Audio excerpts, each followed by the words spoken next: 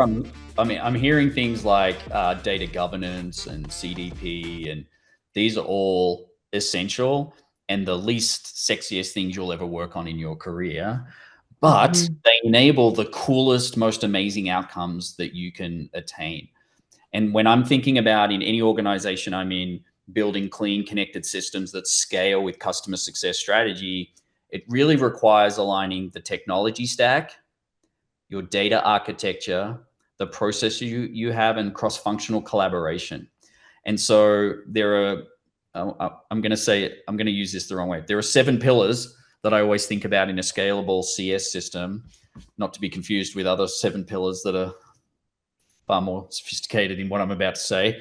But first of all, it starts with having a clear CS strategy. So when you're trying to come up with the data and all the things, is what are you putting the data around? What am I capturing? Why am I capturing? Like, you have all these questions, and so people jump into the data sometimes without taking a step back and saying, what's the clear CS strategy that's going to guide my tech choices and workflows, right? Not the other way around.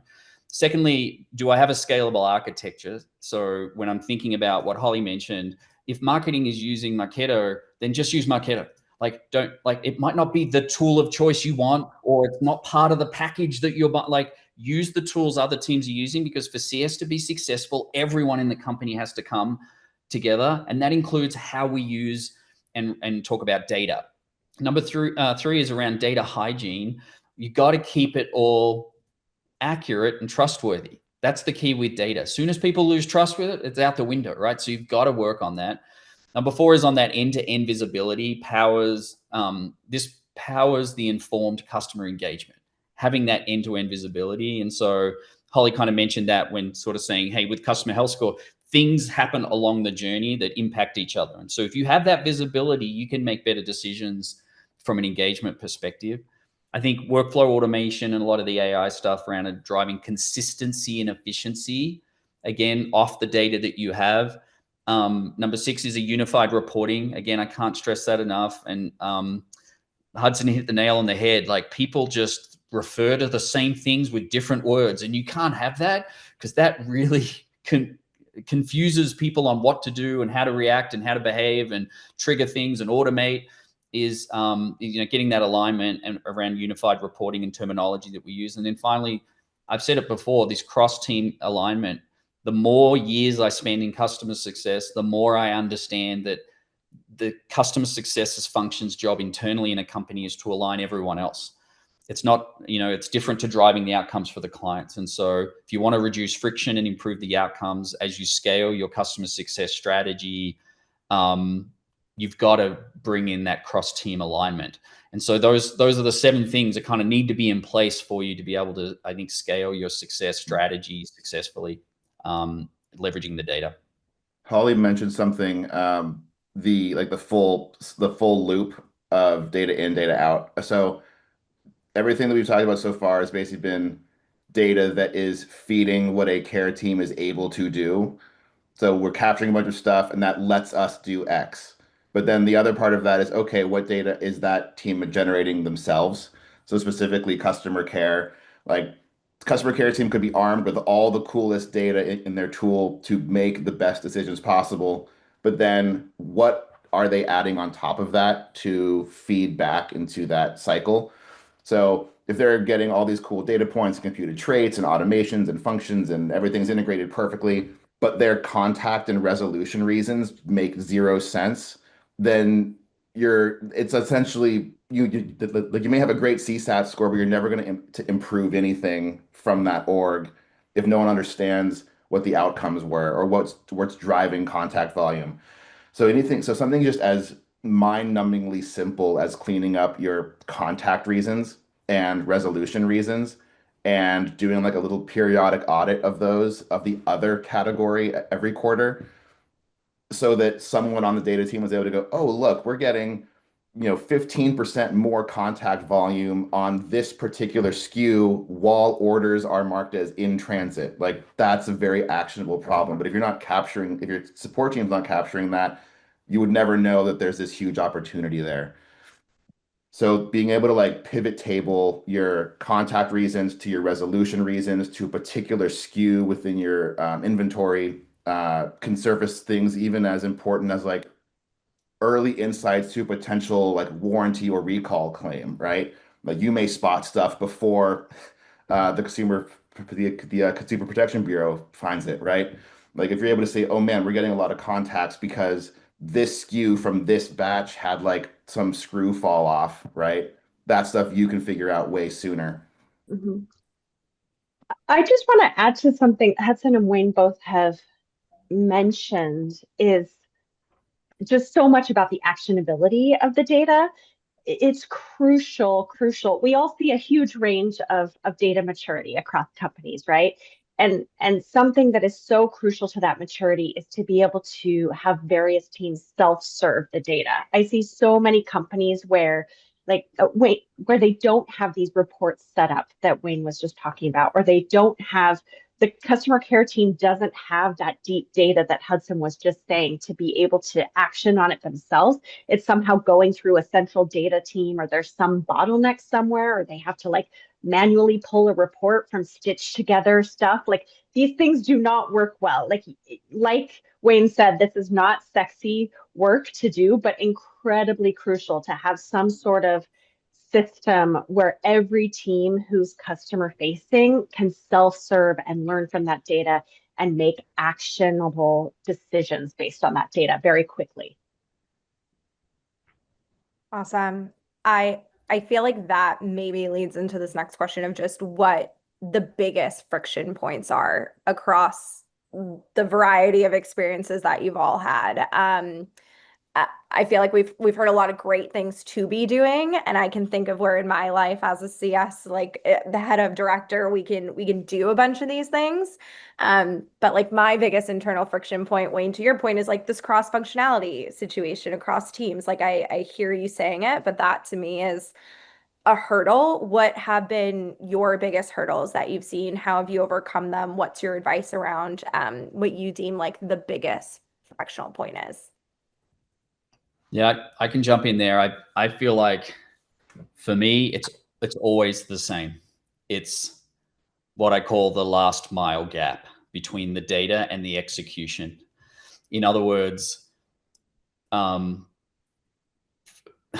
the friction point is that the insights that we're generating doesn't translate into action. So we do all the work we just talked about. We put all the effort in. We align all the data and the tooling and the processes and the people, and we fail to do the last piece, which is that execution. So even with the good data and great dashboards, we often fail to operationalize the insights. And this gap manifests its way in many ways, like CSMs don't trust or understand the data, so they don't act on it. There's no clear workflow or triggers tied to insights, so that doesn't trigger activity. Data lives in the dashboard, so it's not embedded in tools or moments where decisions are made. So I have to physically go somewhere to get the data, and that people just don't do that in their everyday lives. It's too busy.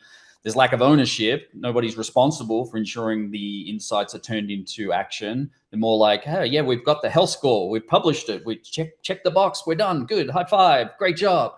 But cross-functional alignment, misalignment. So when the data is presented, how do you respond to it? And so for me, there are four main problems that I've seen in this last mile challenge. The first one is insights stay in dashboards, right? So work out how to operationalize them with playbooks, triggers, automation. Like you've getting the data, that's not useful at all unless it's actioned. That's exactly what Holly mentioned a moment ago. Like it's the actionable piece that is the most critical. Frontline doesn't see or trust the data, but you've got to embed it in the workflows and invest in the enablement around what the data is, how it was generated, and why it's useful. No one owns the last mile. So a CSM everyone thinks the CSM owns the last mile, but really it comes into that accountability loops that have to be created and assigning clear owners. So people have asked me, how do you do that, Wayne? Like, what's an example? And I'm like, well, assign joint owners to things like health indicators. So people say, oh, CS owns the health score. And I'm like, no, we are co-owners with RevOps, with product, with engineering, like whoever it is that you're owning that with, because now you have that joint ownership. And then finally, siloed data without shared response plans creates all sorts of havoc. And so what I've found best that works for me and the organizations I've been at is these action councils or cross-functional groups that come together to look at the data and determine what next best actions are. So those ceremonies are really important inside companies. And again, I know I'm harping on it. I'm sorry, I don't mean to, but that cross-functional, none of this work. Like the data is cross-functional. It's coming in from sales. It's coming in from accounting. It's coming in from telemetry data. It's coming in from everywhere. Just like that, the actionable, last mile piece has to come from all teams as well. And so I guess I'll finish with turning data into action is really, I think, less about the technology and it's more about alignment, enablement, and accountability. So the goal isn't just sort of knowing what's happening, but building a system where the right people take the right action at the right time. That is the most critical piece in that last mile. So for me, that's always been the biggest internal friction point in leveraging and turning data into action. What do you guys see? I think, yeah, right in between, that's what slots right in between the data capture and the actioning is storytelling. So if you have all this great data, but you are not presenting it in a way that is compelling or exciting, then no one's going to want to do anything with it. So you have to be able to sell the dream of, or sell the idea. I mean, it almost becomes a sales job, depending on what your level is within an org. But even down to like a support agent it's their first job out of college, right? Like it's a very special skill to be able to storytell effectively. So I've often found that at some level of maturity of a company, the issues aren't the data capture or the data governance or the will to do something. It's that people haven't developed like a storytelling capacity. And since most of my work hasn't actually been directly with CS teams, it's been as a product manager that's automating a lot of CS or working with CS teams. The storytelling part is huge because we'll often tell people on the CS team, hey, like if we figure out how to automate your job before you do, that's going to be a pretty serious problem. If you come to me and you have figured out how to automate your own job, that is essentially job security forever because you've been able to effectively communicate what the issue is, how to solve it repeatedly, and built a solution for it. Now we as a product and engineering team can go actually productize this. You're going to be put onto the next thing because you have that skill of storytelling. Um, and I don't know, like there's so much whatever interpersonal or cultural stuff here, but some people just want to show up 9 to 5, and that's fine, right? But if you can find a person within your org who is like a little bit hungry, who is interested in storytelling, those are going to be the people who are completely dissatisfied with answering support tickets every day and want to find a better way to do it. Those are my favorite people inside of a support org because I can work with them effectively as storytellers. And just, Grayspace started because support teams don't get the attention they need from product and engineering. That's like literally kind of almost a universal truth at this point. So it's a lot of our work is like teaching CS orgs how to storytell. Like when you come to product and engineering teams, can you effectively tell us like what is the issue? Is this an existential threat? Does this scale with the growth of the company? Like, what is the actual revenue impact of what we're losing, or what is the potential revenue gain if we fix this? Have you done any research onto like impacts to churn if we fix this issue or don't fix this issue? Cool. These are some interesting data points. Now tell me the story. Let's convince me that this is worth moving something else down our roadmap to fix this. So that's literally how we started our company was like, we know that CS orgs don't get product and engineering love. Let's help you guys fix that. Yeah, a huge +1 to everything you all just said, Wayne and Hudson, that our jobs are I think our job is to be an evangelist within the company and to just evangelize over and over. Some of the questions coming in are about exactly what specific story should I tell and how do I evangelize this? One thing I'll just say is no matter how great you are at telling that story, you're probably going to have to tell it at least 10 to 20 to 30 times before you get traction. So it's not that you're not doing a good job telling your story. You just got to keep telling it.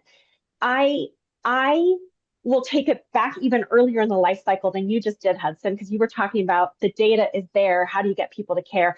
I help lots of clients with like the data isn't there yet. And the teams that need to make the data happen, it's not that they don't want to, it's not that they don't care, it's that they have about a zillion other things on their to-do list that they are prioritizing above it. So how do we prioritize this work? It's exactly what Wayne and Hudson said. Is like, you gotta get the entire company, the cross-functional leadership to care. You gotta get them to see this vision in order for it to be prioritized, that this data is important and it's needed, that this non-sexy work needs to be put in place. And in my opinion, you center that story always around revenue. This is not a nice to have, like, this revenue is what every single team cares about. So if your story is just about product adoption, or it's just about health scores, or it's just about any number of other success factors that can be happening with your customers, in my opinion, it's not good enough. It's got to be about the money for all the teams to want to be able to prioritize it. And so I do try to help teams catch the vision of, I have seen this happen at companies, exactly what Wayne outlined, of these cross-functional teams aligning on one North Star metric and getting together as action teams on a regular basis to make decisions about how all of them are contributing toward that early indicator that is laddering up to revenue. Everybody is contributing to this together, and that's how we're actually moving the needle on the revenue. Until folks are able to kind of catch that vision of like, oh, this is possible, that we could all be marching in the same direction with one set of metrics, until they can even comprehend that, they aren't going to prioritize it. Then the add-on to that is, sometimes you can have all the data, have the best storytelling, have the 10 meetings, make the case, and it still doesn't happen. So do you, as like a VP, director, manager, do you have it in you to be a tinkerer?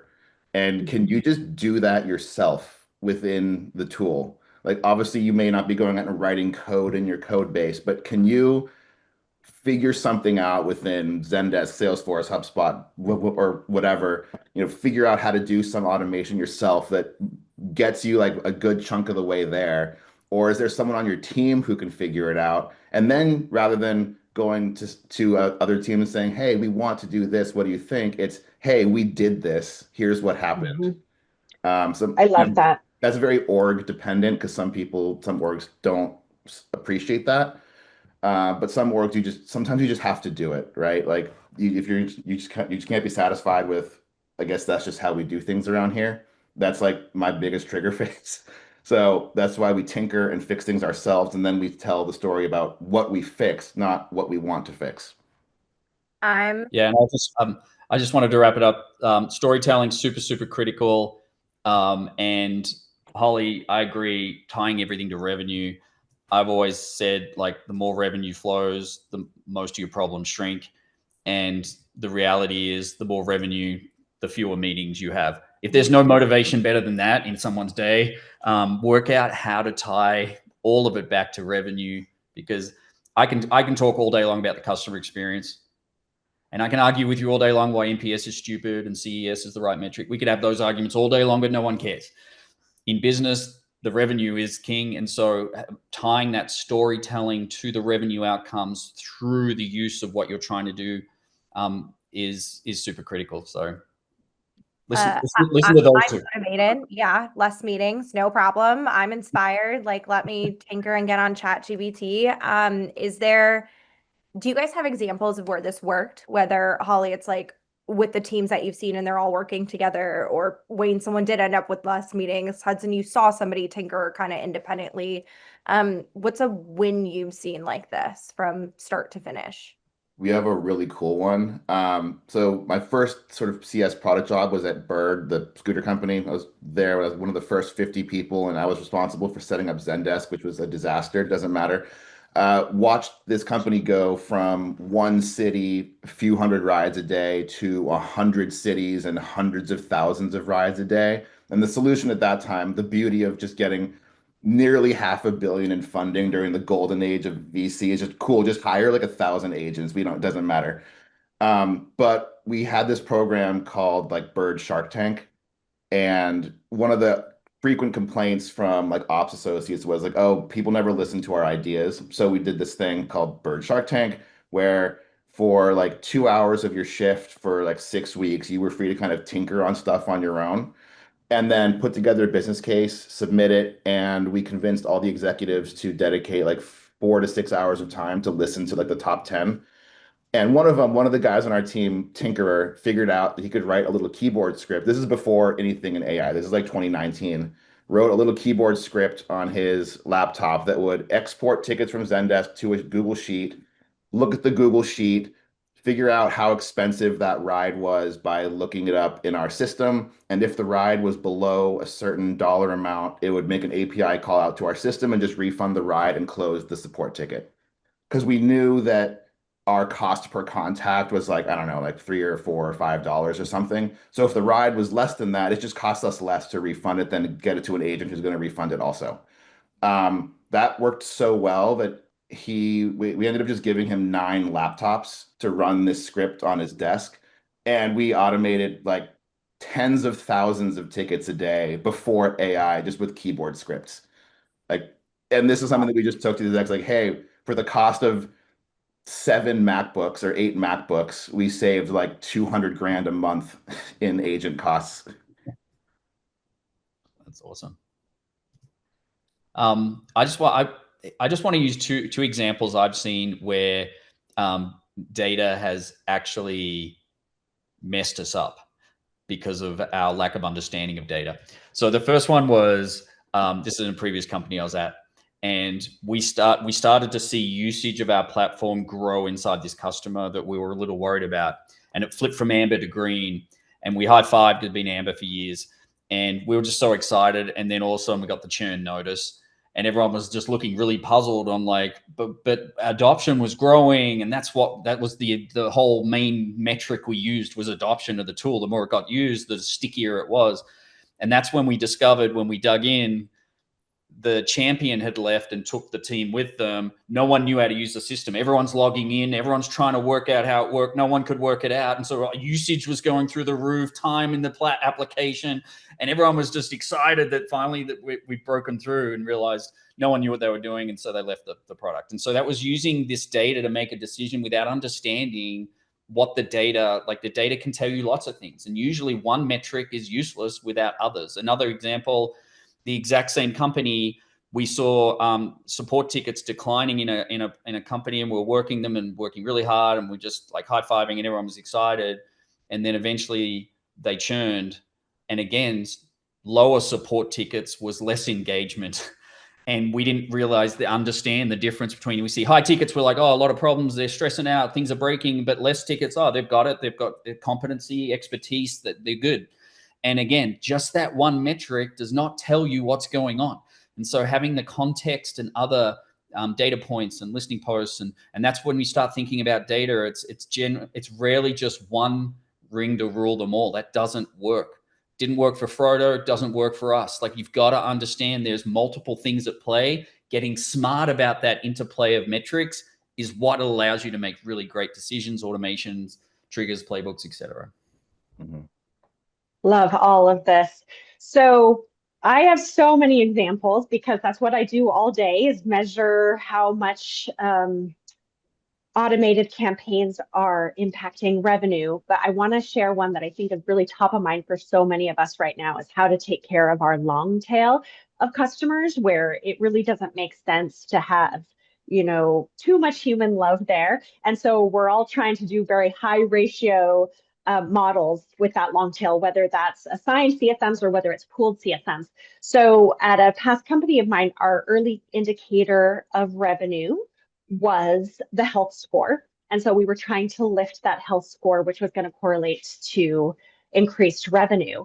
And we did an awesome job bringing together the digital touch points with the human touch points, such that the customers, it was like out of these hundreds, we had a 1 to 700 ratio of CSM to accounts.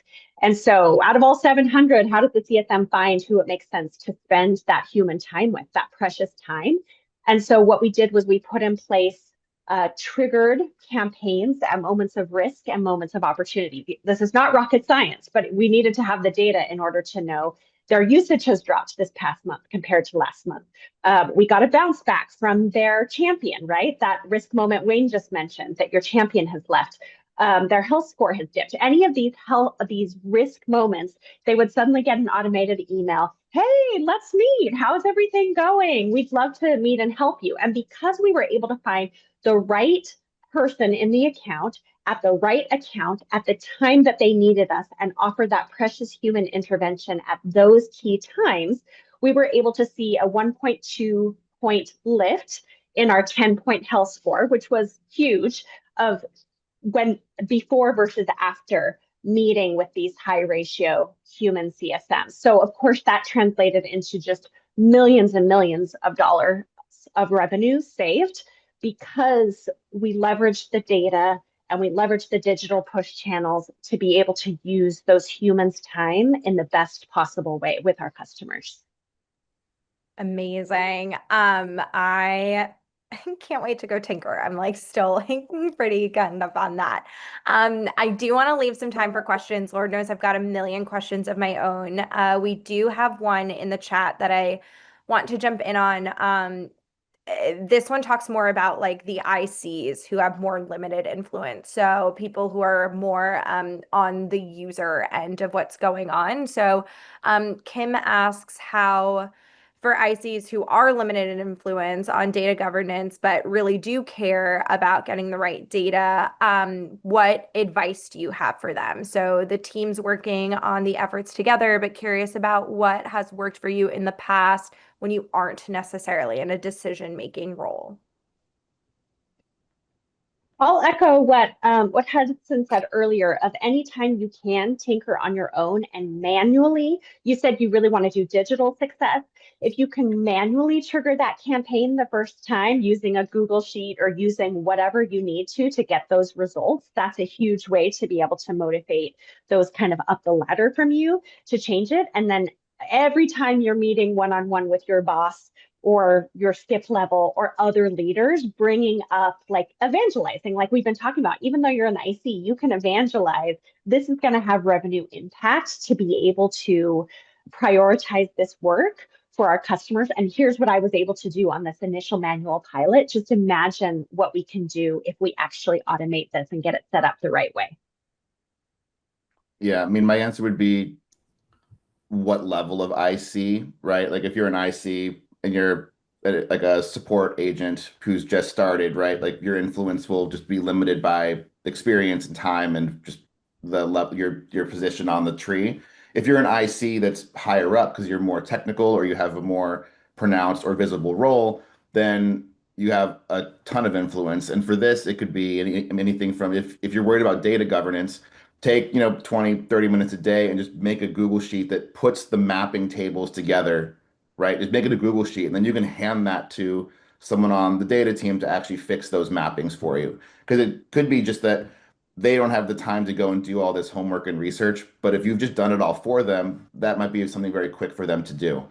Again, just like this is more my personality, but asking for forgiveness, not permission to fix things. Like, hey, I figured out how to fix this. Can you just, push this to prod for me real quick? Often is a good way to do things. As an IC, it's never a bad idea to build personal relationships with people in your org, like sort of outside of your normal scope of visibility. So if you're a support manager, like make friends with the iOS developer, right? Make friends with the backend developer, because then it becomes very natural and organic to just ping them with questions, right? Like, are they going to answer and fix stuff for you all the time? No. But can they answer a basic question for you? Can they give you insight into maybe who you should talk to? Can they help you navigate the other orgs in the company that you may not be familiar with? Like those work relationships can be very powerful. And Yeah, they might have been thinking of the same problem you've been thinking of and are just waiting for someone else to bring it up also. yeah, I would agree. I was thinking back to as an IC or having limited control over the situation, the first bit of advice would be the tinkering bit, which is go work out how to solve it yourself. So exactly what Hudson said, get all the data you can, clean it, move it, change it, understand where it's broken, execute on it, see a result, prove it to yourself first. Because you kind of know, you're like, I know if we did this, this would be so much easier. Well, go prove it. So go do that work. Once you've proved it, then you go find someone who can action it, like in the data team, and sort of find someone who's also like you, interested in improving things, maybe growing their career, whatever it is, what their motivation is, doesn't matter, but find that person, do it. When they do it, then you give them a gift card to DoorDash for $50. Just say, hey, thanks for helping me out. Go have a treat meal on me. Send a note to their manager saying, I just wanted to call out this person, very proactive, customer centric, love working with them. Thank you for hiring. Like, create those relationships, because that's how you're going to accelerate getting the answers that you need, but also it's going to move your career, because you're learning very early on that cross collaboration is how you get to a CX level role in a company. If that's what you want to do, if you want to be a leader, you want to run CS, it's not about how good you are at running CS. It's how good you can manage your peers around you to align around the outcomes for the client. That's the skill. It's not, I'm good at CS and I know how to operationalize and I use data and all. That's not the skill. And so you're learning really early some of those skills you're going to need later. And so you're practicing getting better. That's going to accelerate your career as well. So it's a really great question. And it sucks because you have to do all the hard work, but then you get to the CX level and you don't have to do anything. I don't do anything as a CX level. I literally don't own anything. Have all the responsibility and get fired if we don't do it. But the reality is I'm not doing anything. The teams are doing it all. I'm just removing roadblocks and hurdles and coaching. That's all I'm doing. And that's way easier than when I was a CS person trying to solve difficult problems when other people in the company won't help. That's way harder. And so I think you're thinking on the right track. And I think the advice you just got from Holly and Hudson are 100% spot on. Managing up. Yeah. And across. Amazing. I think we will just leave with one kind of rapid fire question while I still have you guys and times and your collective brain power. But what is a tool, a trend, anything in the CS data space that you're excited about right now in this moment? Agentic. I'm so excited about how it's just like disrupting everything, including the old way of doing digital CS, which was very marketing automation and rules driven. It's all going to be replaced by agentic. And I'll just say I talked to lots of companies who are like, can't I skip this whole data thing and just skip straight to agents? Like, can't I just skip digital? Well, no, you can't skip the data piece of digital, because everything you're building for digital programs is exactly what you're going to need to make agentic work well. So it all just is one continuum that feeds. And I'm really excited about where it's headed. I was going to say agentic. That seems overkill now that Holly's just explained it. But that for me is one, without a doubt, the most transformative change that will happen in CS in the next 12 to 18 months and beyond, perhaps, and in every company, in every organization. But if I had to throw in something that wasn't AI related, because it's super cool to do AI, I get that. But if you're thinking of what I'm starting to see is I'm also starting to see CS product growth in companies where I always saw, and I've always seen this, is CS and sales, handoffs, upsell, cross sell, CSQL. Like I've just, my whole career has really been seeing the CS sales world, and that's breaking apart completely now. And I'm seeing CS and product world starting to merge together in more forward thinking companies. Old school companies will be the same, but in these newer companies, and when I think about that, I'm thinking about forward thinking companies are embedding CS driven insights into the product team through dashboards and through feature usage tracking, things like that. We're really seeing product led customer success, those two things coming together, where CSMs are prioritizing customer goals aligned to roadmap evolution versus support and adoption, which are the usual metrics. And so I'm seeing this shift. I don't know if it's sustainable. I don't know what's causing it, but that is a shift I've seen in the last probably 12 to 18 months across my peers and some of the companies that I work with.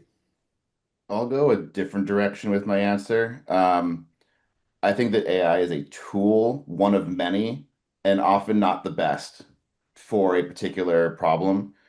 I think if we're looking at the next 2, 3, 5 years for CS, the biggest change will likely be reliance on third-party SaaS tools.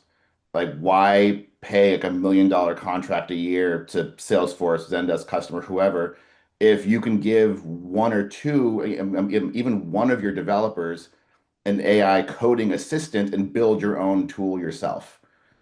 Like, that's, because any of these tools that you pay for, you have the cost of the tool, then the cost of the people who are managing it, the cost of the lawyers that have to review contracts, cost of all the integrations. It's way more than just the SaaS cost. And then you're locked into a SaaS vendor. And then there's all the additional work of getting your data in and out of that tool. If I think the next 2 to 3 years, we're going to see, why even use a CRM? Let's just give a developer who knows our business an AI coding assistant and build our own perfect tool. It will cost you whatever the developer salary is, plus $20 a month for a coding assistant, plus some basic infrastructure hosting costs, and you can build exactly what you want rather than getting 80% of the way there for millions of dollars.